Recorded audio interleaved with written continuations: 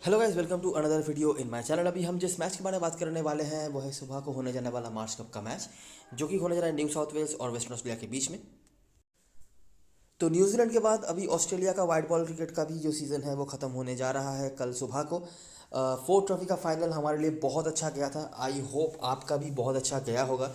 एक ही प्लेयर जिसके बारे में मैंने न जाने कितनी बार बातें करके रखी हुई थी, कोल मैककॉन की। मजॉरिटी ऑफ द साइट्स में उनको लोग नेल नहीं रहे थे। 7+4 मतलब रिस्ट्रिक्शन वाले साइट्स में तो बिल्कुल ही नहीं। जहाँ पे रिस्ट्रिक्शन नहीं है वहाँ पे भी लोग नहीं ले रहे थे उनको। तो वो हमारे लिए बहुत बड़े पंट के तौर पे सामने आ गए। बाकी सारे प्रिडिक्शन सही ही थे। सिर्फ मुझे लगता है कि कीपर सेक्शन में मैंने कैम फ्लेचर को बैटिंग फर्स्ट में उतना प्रायोरिटी नहीं दिया था। लेकिन मुझे नहीं लगता कि उसकी वजह से आपको कोई दिक्कत हुई होगी, क्योंकि लेथम, अगर आपने एक ही कीपर लिया होगा और लेथम ने एनीवेज उनसे बहुत ज़्यादा पॉइंट दे दिए थे। तो ओवरऑल काफ़ी अच्छा गया।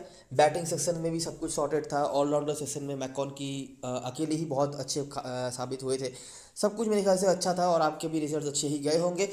बात करते हैं इस मैच के बारे में। लीग स्टेज में इस सीज़न में वेस्टर्न ऑस्ट्रेलिया टॉप पे उन्होंने ख़त्म नहीं किया था, लेकिन जैसा मैं हमेशा बोलता हूँ कि वो एक चैंपियन टीम है और उनको पता है कि कैसे उनको फाइनल में पहुँचना होता है, और वो काम उन्होंने कर दिखाया। और इस बार फिर से न्यू साउथ वेल्स और वेस्टर्न ऑस्ट्रेलिया के बीच में होने जा रहा है ये टूर्नामेंट का फाइनल। कभी बार पिछले कुछ सीज़नों में अगर आप नोटिस करोगे तो ये दोनों टीमें फाइनल खेलती हुई आपको दिख जाएगी। न्यू साउथ वेल्स पिछले 2 बार जो वो खेले हैं आमने सामने इन दोनों टीमों के बीच में जब मैच हुआ है, तो न्यू साउथ वेल्स एक बार जीती है, वेस्टर्न ऑस्ट्रेलिया एक बार जीती है। तो काफ़ी टक्कर का मैच हो सकता है, ये आप उम्मीद रख सकते हैं। इस सीज़न में भी दोनों टीमों के बीच में मैच हुआ है, हालांकि वहाँ पे न्यू साउथ वेल्स ने अपर हैंड ज़रूर रखा था, लेकिन क्योंकि ये फाइनल है और वेस्टर्न ऑस्ट्रेलिया बहुत बड़ी टीम होती है इस फॉर्मेट में, और उनको पता है कि जीतना कैसे होता है फाइनल्स में और नॉकआउट मैचेस में, तो आप कभी भी उनको भी कम नहीं साध सकते। ठीक है, तो स्टार्ट करते हैं इस मैच की एनालिसिस। क्रिकेट सेंट्रल ग्राउंड या सिडनी सो ग्राउंड, जो भी आप बोल लो, सिडनी में ये मैच होने जा रहा है, तो home advantage New South Wales को मिलने वाला है इस ग्राउंड पे। इस सीज़न में और पिछले 3-4 सीज़न तक जो मैंने देखा, इस फॉर्मेट का एक ही मैच हुआ है, वो इसी सीज़न में हुआ था और वो इन्हीं दोनों टीमों के बीच में हुआ था। ठीक है, तो बहुत इन्फॉर्मेशन हमारे पास इस पर्टिकुलर ग्राउंड के नहीं होंगे, लेकिन मैं जैसे मैं हमेशा बोलता हूँ कि एक पर्टिकुलर सिटी के अगर आप 2-3 ग्राउंड को भी फॉलो करोगे तो सिमिलर सिमिलर चीज़ें ही होती हैं, बहुत डिफरेंस नहीं होता है। तो यहाँ पे भी हम वो लॉजिक अप्लाई करेंगे और एक मैच जो हमारे हाथ में है इस पर्टिकुलर ग्राउंड का, उसके बारे में तो हम बात करेंगे ही। वेदर क्लियर है, दिक्कत वाली बात नहीं है। आखिरी 5 पे न्यू साउथ वेल्स 3-2 से आगे चल रही है। हालांकि इस सीज़न में जैसा मैंने बताया कि उन्होंने 2 मैच जीते हैं। देखते हैं जब ये दोनों टीमें आमने सामने हुई हैं तो क्या हुआ है। 2021 का फाइनल इन दोनों टीमों के बीच में हुआ था और वो भी सिडनी में ही हुआ था, जहाँ पे 251 बनाया था न्यू साउथ वेल्स ने। ह्यूजेस और एडवर्ड्स इस सीज़न में उतना वो नहीं थे, और यहाँ पे मेरे ख्याल से दूसरा या तीसरा मैच ही वो खेल रहे थे पूरे टूर्नामेंट में। फाइनल में आकर उन्होंने 100 लगा दिया था। इस बार तो वो बहुत बढ़िया परफॉर्मेंस उन्होंने करा है, ब्रेक थ्रू सीज़न माना जा रहा है इनका। बीबीएल में भी बहुत बढ़िया करा था और बॉलिंग भी बहुत बढ़िया करा रहे हैं। सेकंड हाईएस्ट या हाईएस्ट विकेट टेकर चल रहे हैं वो। और ह्यूजेस जो इस सीज़न में अभी तक सेकंड हाईएस्ट रन स्कोरर है शायद। लास्ट मैच में बहुत बढ़िया बल्लेबाजी उन्होंने करी थी। बेटर ऑफ अवेलेबल हैं और डार्सी शॉट का 1 विकेट। वेस्टर्न ऑस्ट्रेलिया चेस नहीं कर पाए थे, यहाँ पर वो अपनी सेकंड टीम के साथ खेल रहे थे, बहुत सारे प्लेयर्स नहीं थे। इंटरनेशनल प्लेयर्स जो थोड़े बहुत थे वही उन्होंने परफॉर्म करा, बाकी किसी ने परफॉर्म नहीं किया। जहाँ पर एबॉट नहीं है, लियोन नहीं है, स्टार कोई भी नहीं है, और वेस्टर्न ऑस्ट्रेलिया को हरा दिया था न्यू साउथ वेल्स ने अपने इंटरनेशनल बॉलर्स के ऊपर डिपेंड करके। बाकी उनकी बल्लेबाजी ठीक ठाक रही थी, 251 उन्होंने बनाए थे, लेकिन बॉलिंग बहुत बढ़िया करा था उनके इंटरनेशनल बॉलर्स ने। अगला मैच अगले सीजन का फाइनल भी इन दोनों टीमों के बीच में हुआ। इस बार वेस्टर्न ऑस्ट्रेलिया ने बनाया था 225 रन, बहुत बढ़िया स्कोर यहाँ पे भी नहीं था। बैनक्रॉफ्ट और झाई रिचर्डसन जो कि अवेलेबल नहीं है। बाकी बॉलरों में से सैम्स, जाम्पा, हेडनकर कोई भी आपको नहीं देखने मिलेंगे। तनवीर सांगा आपको देखने मिलेंगे जिन्होंने 1 विकेट निकाला था। न्यू साउथ वेल्स यहाँ पे बहुत टाइम तक, ऑलमोस्ट 85 या 90% टाइम तक मैच में आगे रहने के बावजूद भी वो हारे। और हेनरी केस के अलावा आपको द्वारशु स्कोर करते हुए दिख जाएंगे। हार्डी नहीं है, टाई के यहाँ पे विकेट्स थे। डार्सी शॉट का यहाँ पे भी 1 विकेट था, जिन्होंने लास्ट मैच में 1 विकेट निकाला हुआ था, और बाकी कुछ बैटिंग से कंट्रीब्यूशन नहीं है। लो स्कोरिंग इनकाउंटर आप देख सकते हैं, यहाँ पे भी देखो बहुत रन नहीं थे। 251 जो चेज नहीं कर पाई टीम, यहाँ पे भी 226 के टारगेट को चेज नहीं कर पाई। तो फाइनल में अंडर प्रेशर यही होता है, मोस्ट ऑफ द टाइम आपको देखने मिल जाता है, और यहाँ पे भी हमें वही चीज़ देखने मिल रही है। ये मैच हुआ था मेलबर्न में। अगला मैच ये पर्थ में हुआ। न्यू साउथ वेल्स की बैटिंग फिर से अच्छी नहीं रही, जहाँ पे बेरेंदॉफ ने लीड किया। बेरेंदॉफ ने अभी तक 2 मैच में बॉलिंग फर्स्ट कराई है और दोनों ही मैच में 3-3 करके विकेट निकाले हैं। बॉलिंग सेकंड में एक बार जो उन्होंने करा था नाम नहीं था, लेकिन बॉलिंग फर्स्ट में ये है। बाकी टाई तो रहते ही है। वेस्टर्न ऑस्ट्रेलिया ने चेस कर लिया, जहाँ पे फिलिपी और हैचर स्क्वाड में है और मोस्ट प्रोबेबली कल के मैच में आपको खेलते हुए भी दिख जाएंगे। इस सीजन के जो मैचेस हुए हैं, पहला मैच यही वो मैच है जो इस ग्राउंड पे ही हुआ था, पर्टिकुलरली इसी ग्राउंड पे ये मैच हुआ था सिडनी का। 42.2 ओवर्स, मतलब 43rd ओवर तक जाके बारिश आ गई होगी या ऑल आउट हो गए थे वो। तो 216 रन बनाए थे, जहाँ पे फिलिपी, वाइटमैन और हॉब्सन के स्कोर्स थे। साउथमैन इस सीजन में बहुत बढ़िया उन्होंने कराया है, स्पेशली बॉलिंग फर्स्ट में, और मोस्टली विकेट्स उन्होंने बॉलिंग फर्स्ट में ही निकाले हैं। बाकी द्वाशुइस और ग्रीन, हेडन का विकेट था, अवेलेबल वो नहीं है। न्यू साउथ वेल्स की बैटिंग ने यहाँ पे भी थोड़ा बहुत स्ट्रगल तो करा था, लेकिन उन्होंने चेस कर लिया ब्लेक मैकडोनल्ड के ऊपर डिपेंड करके, जिन्होंने अच्छी बल्लेबाजी करी है चेस करते हुए। दो जो बड़े इनिंग्स इनके आए हैं वो चेस करते हुए ही आए हैं। गिल्स और डेविस के भी स्कोर थे। टाई और बेरेंडॉर्फ, ये दो नाम आपने पहले भी नोटिस करे हैं, यहाँ पे भी उनके विकेट्स थे, और न्यू साउथ वेल्स ने ये मैच चेस कर लिया। लास्ट मैच जो हुआ था पर्थ में हुआ था, वेस्टर्न ऑस्ट्रेलिया, यहाँ पे भी उतनी अच्छी बल्लेबाजी वो नहीं कर पाए थे। बैनक्रॉफ्ट, शॉट और टाई ने यहाँ पे कुछ रन बनाए थे। इसके अलावा साल्जमैन फिर से आपको दिख जाते हैं ग्रीन के साथ, द्वाशुइस यहाँ पे द्वाशुइस होगा, द्वाशुइसांगा के साथ, और एडवर्ड्स ने यहाँ पे 3 विकेट निकाले थे। 3 विकेट तो चलो ठीक है, 4 मेडल्स निकाले थे, मतलब लिटरली अनप्लेएबल दिख रहे थे पावर प्ले में वो। उन्होंने यहाँ पे धुआं ही भर दिया। उसके बाद न्यू साउथ वेल्स ने चेस कर लिया, ज़्यादा मुश्किलों का सामना नहीं करना पड़ा, हालांकि बहुत इजीली नहीं किया उन्होंने चेस, लेकिन चेस कर लिया। टाई का तो नाम आपने देखा ही है पहले, बेरेंडॉर्फ यहाँ पे नहीं खेल रहे थे, गैलन ने 2 विकेट निकाले थे एगर के साथ। तो जो चीज़ हम यहाँ पे नोटिस कर सकते हैं कि ये फिक्सचर लो स्कोरिंग रहा है, मैं मिड रेंज का भी नहीं कहूँगा, मेरे ख्याल से 251 जो स्कोर हमने देखा था ये वाले मैच पे, पहले इनिंग्स पे, वो पिछले 5 में हाईएस्ट स्कोर है। तो आप समझ सकते हैं ना, 300 तो भूल ही जाओ, 260 तक भी, 250 प्लस ही बहुत मुश्किल से यहाँ पे एक बार बना है। बैटिंग कोलैप्सेस भी हुए हैं, बॉलर्स का यहाँ पे बहुत दबदबा रहा है। न्यू साउथ वेल्स के बॉलर्स का नाम आप साथ बदलते हुए देखेंगे, क्योंकि उनके नए नए बॉलर्स खेलते हैं। वेस्टर्न ऑस्ट्रेलिया की तरफ से जो पुराने बॉलर्स हैं, जैसे कि टाई हो गए या बेरेंडॉर्फ हो गए या झाइल रिचर्डसन हो गए, इन्होंने बहुत विकेट्स निकाले हैं। न्यू साउथ वेल्स की तरफ से भी जो कुछ नए बॉलर्स हैं, उनमें से हमने परफॉर्मेंस देखा है, साल्जमैन का स्पेशली देखा है, जैक एडवर्ड्स का देखा है, द्वाशुइस का देखा है, और बॉलर्स का यहाँ पे हमें डोमिनेशन देखने मिल रहा है। ठीक है, दोनों ही टीमों के पास अच्छे खासे बॉलर्स हैं, और मैं हमेशा कहता हूँ कि मैच जीतने के लिए आप शायद बैट्समैन के ऊपर डिपेंड करके एक आध मैच जीत सकते हो, लेकिन टूर्नामेंट जीतने के लिए या नॉकआउट्स में पहुँचने के लिए आपके पास वो अच्छी बॉलिंग होनी चाहिए, और इन दोनों के पास वो है, और उसी का जो एग्जाम्पल है वो हमें यहाँ पे देखने मिल रहा है। अगर हम सिडनी वाले मैचेस को फोकस में रखें, जहाँ पे कल का मैच होने जा रहा है, पर्टिकुलरली ये ग्राउंड नहीं है, नहीं भी हो सकता है, लेकिन सिडनी के मैचेस में अगर हम नज़र रखें तो ये हमें पहला मैच मिलेगा जो कि 2021 का फाइनल था। न्यू साउथ वेल्स ने 251 बनाया था, जो आखिरी 5 के 10 इनिंग्स मिलाकर किसी टीम के द्वारा हाईएस्ट स्कोर है। रन बनाने वाले प्लेयर्स थे ह्यूजेस और एडवर्ड्स, बॉलरों में से बेरेंडॉर्फ। वेस्टर्न ऑस्ट्रेलिया चेस नहीं कर पाई थी। करंट स्क्वाड में इस इनिंग से हमें कोई देखने नहीं मिलते हैं। और अगला मैच जो था सिडनी वाला, वो इस सीजन का पहला मैच था। यहाँ पे भी वेस्टर्न ऑस्ट्रेलिया ने ज़्यादा रन नहीं बनाए थे, 221 बनाया था बस। फिलिपी, वाइटमैन, हॉब्सन ये आपको देखने मिल जाते हैं। साल्जमैन, द्वाशुइस और ग्रीन, द्वाशुइस भी अच्छा करे हैं इस फिक्चर में, उन्होंने बैटिंग से भी थोड़े बहुत कॉन्ट्रीब्यूशन हैं, और ग्रीन ने भी जो 2 मैच खेला है 2 विकेट्स उन्होंने निकाले हैं, 2-2 करके विकेट्स। न्यू साउथ वेल्स ने यहाँ पे वो उन्होंने चेस कर लिया था। मैकडोनल्ड, गिल्स, डेविस, टाई, बेरेंडॉर्फ ये हमें देखने मिलते हैं। बेरेंडॉर्फ यहाँ पे बॉलिंग फर्स्ट में उन्होंने 3 विकेट निकाला था, बॉलिंग सेकंड में 2 विकेट है, और यहाँ पे कुछ कॉमन प्लेयर्स नहीं है। ठीक है, दोनों मैच में अलग अलग नाम हमें देखने मिले हैं, लेकिन जो चीज़ें कॉमन है वो रन का मैंने बता दिया, बॉलर्स का डोमिनेशन, 1-2 प्लेयर तो हर मैच पे ही, हर इनिंग्स पे ही हमें ऐसे देखने मिल जाते हैं जो बंचेस में विकेट निकाल रहे हैं। ठीक है, अनलेस कि वो मतलब इनिंग्स छोटा ना हो जाए, तो ये चीज़ें हमें देखने मिली है। अगर हम समराइजन पे आ जाएंगे तो जो नाम अपने को देखने मिलेंगे, वेस्टर्न ऑस्ट्रेलिया की तरफ से बैटिंग से बहुत कंसिस्टेंटली कुछ है नहीं। बहुत ज़्यादा स्कोर वेस्टर्न ऑस्ट्रेलिया ने नहीं बनाए। अगर आप वेस्टर्न ऑस्ट्रेलिया की इनिंग्स को नोटिस करेंगे, जो मैचेस उन्होंने जीते भी होंगे, नोटिस करो, देखो यहाँ पे तो 149 पर वो निपट गए। यहाँ पर वो मैच जीते थे, बस 225 रन उन्होंने बनाया था, अपने बॉलर्स के ऊपर डिपेंड करके उन्होंने मैच जीता था। हाईएस्ट स्कोरर थे झाइल रिचर्डसन 44। ठीक है, यहाँ पे भी बॉलर्स के ऊपर डिपेंड करके उन्होंने मैच जीता, कुछ करने की जरूरत नहीं पड़ी। हाईएस्ट स्कोर फिलिपी का 37 नॉट आउट, और इस सीजन के दोनों मैच तो वो हार ही गए, 216 पर वो निपट गए। फिलिपी ने यहाँ पे भी हालांकि स्कोर करा था, और यहाँ पे भी 161 पर वो निपट गए। तो बैटिंग तो उतनी अच्छी नहीं कर पाई है न्यू साउथ वेल्स के अगेंस्ट में। अगर हम बात करें वेस्टर्न ऑस्ट्रेलिया की, बॉलिंग से कुछ परफॉर्मेंसेस हैं वो तो हमने देखे हैं, और न्यू साउथ वेल्स की तरफ से बहुत बढ़िया नहीं रहा है, लेकिन फिर भी 2 नाम हमें मिल जाते हैं most of the time, Henry case और ह्यूजेस के रूप में। तो वो इधर भी हैं और अच्छे खासे औसत के साथ भी हैं। अभी भी इस टाइट फिक्सचर में भी अगर 50 के ऊपर औसत वो रख रहे हैं तो अच्छी बात है। बॉलिंग पे शॉन अबॉट का नाम था, यहाँ पे उनके बॉलर्स बदलते रहते हैं, जैसे मैं पहले ही बताया।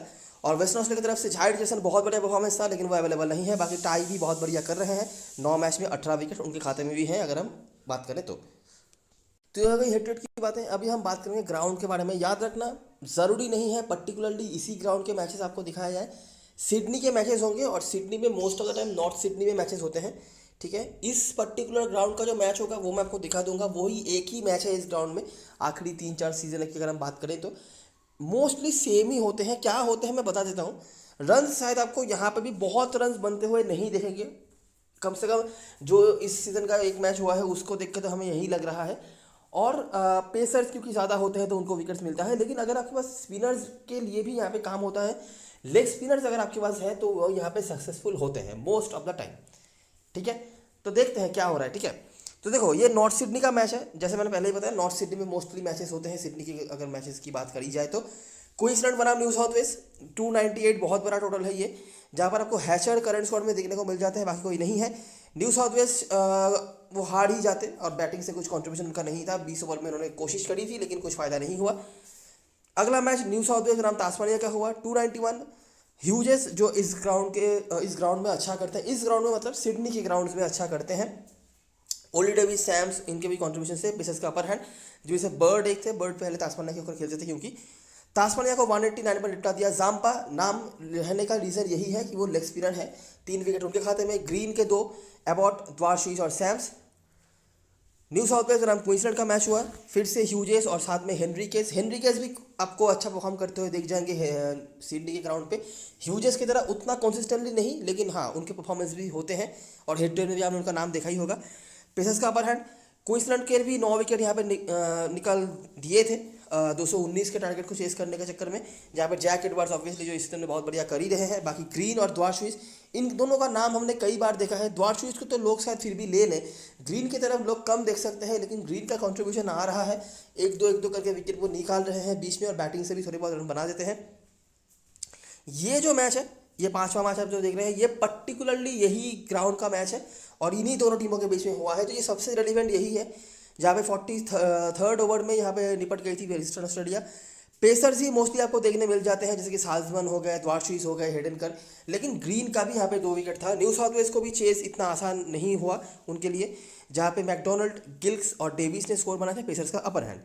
और लास्ट मैच जो था सिडनी के किसी ग्राउंड में, वो नॉर्थ सिडनी में हुआ था और ये न्यू साउथ वेल्स का लास्ट मैच भी था, जहाँ पे 311 रन उन्होंने कंसीड किए थे। द्वारशीष हमने जो नाम पहले भी देखा है, साल्जमन, एडवर्ड्स, ये नाम हमने पहले भी देखे हैं। द्वारशीष जो 1-2 करके विकेट ले रहे थे, यहाँ पर उन्होंने 4 विकेट निकाले। बर्ड और सांघा ने भी 1 विकेट निकाला। इस नाम को थोड़ा नोटिस करना। न्यू साउथ वेल्स ने बहुत इजीली चेस कर लिया। मैकडोनल्ड, जैसे मैंने पहले ही बताया है, चेज उन्होंने अच्छा करा है। जो स्कोर्स उन्होंने बनाए हैं इस सीजन में, चेज में बनाए हैं। ह्यूजेस और हेनरिकेस ने भी स्कोर बनाए हैं। हेनरिकेस जनरली बैटिंग फर्स्ट अच्छा करते हैं, जहाँ पे उन्होंने बैटिंग सेकंड में भी बढ़िया बल्लेबाजी करी और पेसर्स ने यहाँ पे विकेट निकाले थे, कोई दिक्कत वाली बात नहीं रही, ठीक है। ये मैच काफ़ी हाई स्कोरिंग था, लेकिन अगर हम इस वाले मैच को फोकस में रखेंगे तो हमें उतना रन नहीं देखने मिलेगा, जैसे कि हमने हेड टू हेड में भी देखा है। पेसर्स का अपर हैंड है।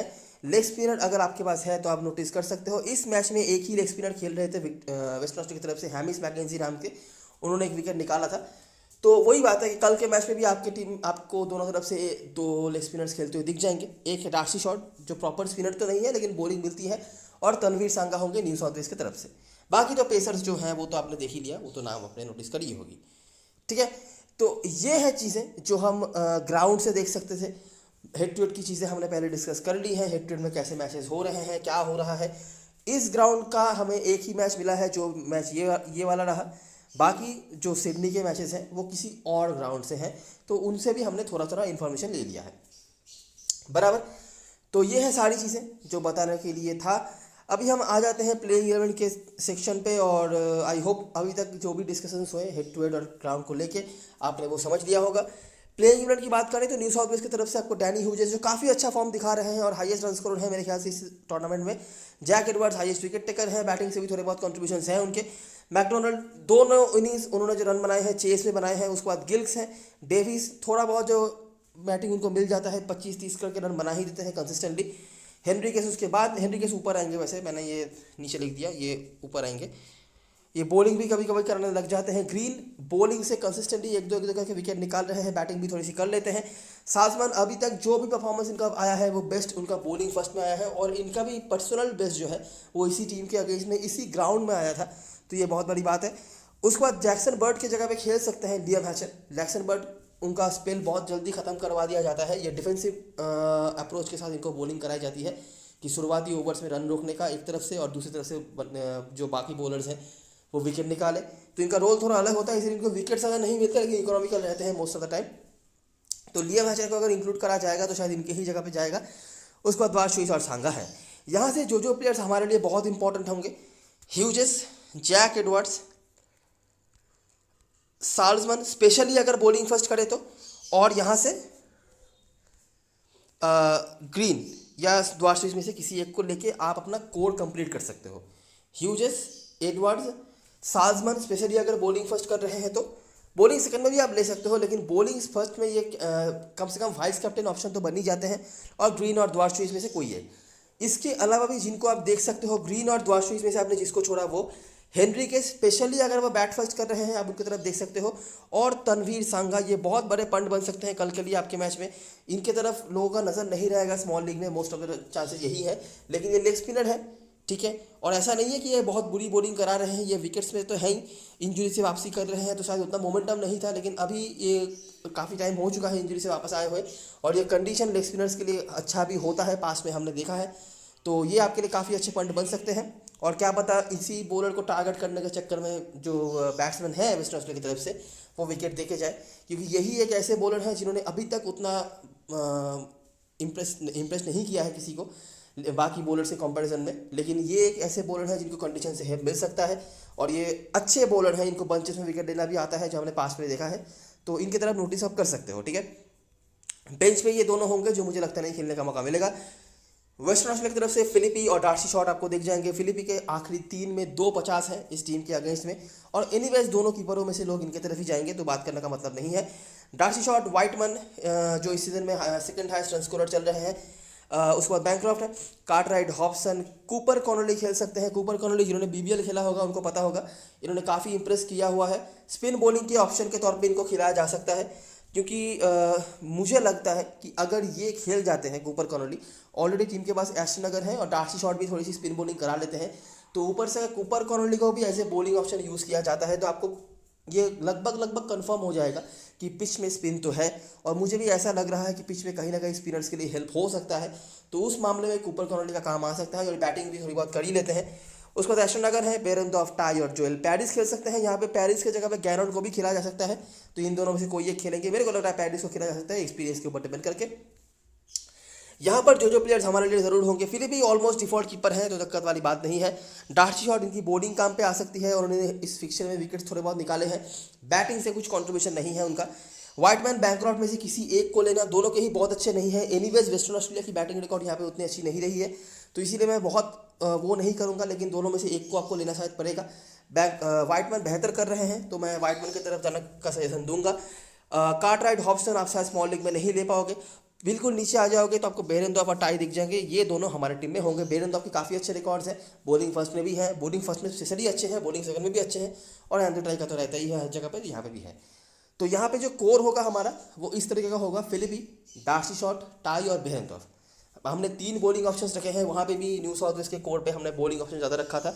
अब तक वीडियो के दौरान वो क्यों हम कर रहे हैं वो आपको समझ में आ जाना चाहिए। इसके अलावा जिन प्लेयर्स के ऊपर हम देखेंगे, कार्टर नहीं, बैंक्रॉफ्ट और वाइटमैन में से किसी एक को लेना है इन चारों के बाद। कूपर कॉनोली एक अच्छे ऑप्शन है, और बहुत ज़्यादा चांसेस हैं कि इनके पास बैटिंग भी प्रॉपर इनको मिल जाएगी। और एश नगर को भी देख सकते हो कि ये भी स्पिन बॉलिंग का ऑप्शन प्रोवाइड करेंगे, और बैटिंग भी थोड़ी बहुत कर लेते हैं। कुछ रिकॉर्ड्स वगैरह नहीं है, और मेरा जितना ऑब्जर्वेशन है एश नगर जिस कंडीशन में अच्छा करते हैं वो कंडीशन शायद उनको सिडनी में नसीब ना हो। मैं हमेशा कहता हूँ कि पर्थ के ग्राउंड्स पे जहाँ पे पेसर्स को हेल्प मिलता है वहाँ पे स्पेस हैरी करना पड़ता है, जहाँ पे स्पिनर्स की उतनी हेल्प नहीं होती है, एश नगर इस कंडीशन में अच्छा करते हैं, लेकिन ये कंडीशन शायद उनको भाव ना दे। लेकिन हाँ, स्पिन ऑप्शन है और बैटिंग भी थोड़ी बहुत कर लेंगे, और सेकेंड स्पिनर जो है, फर्स्ट चॉइस स्पिनर यही होने वाले हैं। उसके बाद डार्सी शॉट या कॉनोली को बॉलिंग मिलेगा एस्टन नगर के बाद, तो इसीलिए फर्स्ट चॉइस स्पिनर है तो बिल्कुल देखा जा सकता है, लेकिन हमारे कोर पे तो ये नहीं है। उसके बाद जो 3-4 प्लेयर्स अगर आपको लेने हैं वेस्टर्न ऑस्ट्रेलिया की तरफ से कोर के बाहर, तब आप इनको काउंट कर सकते हैं। बेंच पे गैनन हो सकते हैं जो शायद पेरिस की जगह पे खेल भी जाए। मार्डी ब्रियडमन मुझे नहीं लग रहा खेलेंगे। वेस्ट इंडीज की तरफ से शॉर्ट और वाइटमैन के साथ लोग जा सकते हैं। शॉर्ट ने लास्ट मैच में 100 भी लगा के रखा हुआ था और वाइटमैन सेकंड हाईएस्ट स्कोरर चल रहे हैं। उसके बाद एगोर और बैंक्रॉफ्ट, टाई और बेडेनडॉर्फ दोनों को ही यहाँ पे आप कंसीडर कर सकते हो। कॉनोली, रीज़न यही है कि वो बॉलिंग अच्छा उनका प्रोवाइड करवा सकते हैं यहाँ पे, स्पिनर्स के लिए हेल्प अगर हो तो बैटिंग थोड़ी सी कर लेते हैं। और फिलिपी बेटर कीपर यही दिख रहे हैं और इनके आखिरी 3 में 2 50+ के स्कोर्स भी हैं, तो बिल्कुल लिया जा सकता है। न्यू साउथ वेल्स की तरफ से Edwards percentage captain vice captain होंगे। बहुत लोग ऐसे होंगे जो एडवर्ड्स और डार्सी शॉट कॉम्बिनेशन के साथ आएंगे स्मॉल लीग में, जो कि इलॉजिकल भी नहीं है। उसके बाद ह्यूजेस, द्वाशुइस और हेनरिकेस, उसके बाद ये 4 लास्ट मैच के परफॉर्मर्स भी थे।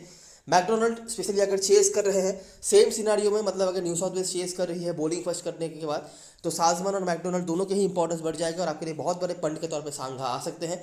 अगर ये बॉलिंग सेकंड करा रहे हैं न्यू साउथ वेल्स, तो आप इनकी तरफ देख सकते हो। अच्छा, अभी के लिए मैंने इन 9 प्लेयर्स को रख रखा है और मुझे लगता है regardless of anything in 9 players को लेकर आप चल सकते हो। द्वाशुइस के साथ या द्वाशुइस के जगह पे आप ग्रीन को भी कंसीडर कर सकते हो अगर आपको रिस्क लेना है तो। बैटिंग सेक्शन में इन ये दोनों सबकी टीम में होंगे, ठीक है। तीसरा बैट्समैन आपके पास जो ऑप्शन है, बैंक्रॉफ्ट परसेंटेज प्लेयर है, लेकिन आपने रिकॉर्ड तो देख ही लिया बैंक्रॉफ्ट का क्या है नहीं है। डेविस कंसिस्टेंटली कुछ ना कुछ तो काम करते रहते हैं, इनको बैटिंग भी मिल जानी है। हॉब्सन, मेरे को नहीं लग रहा हॉब्सन और कार्टराइट को स्मॉल लीग में लोगे। मैकडोनल्ड अगर वो चेस कर रहे हैं तो आप देख सकते हो, इनके चेसिंग में रिकॉर्ड्स अच्छे हैं। रिस्क ज़रूर रहेगा, लेकिन आप अगर देखना चाहो देख सकते हो, नहीं तो परसेंटेज प्लेयर तो कौन है आपको दिख ही रहा है।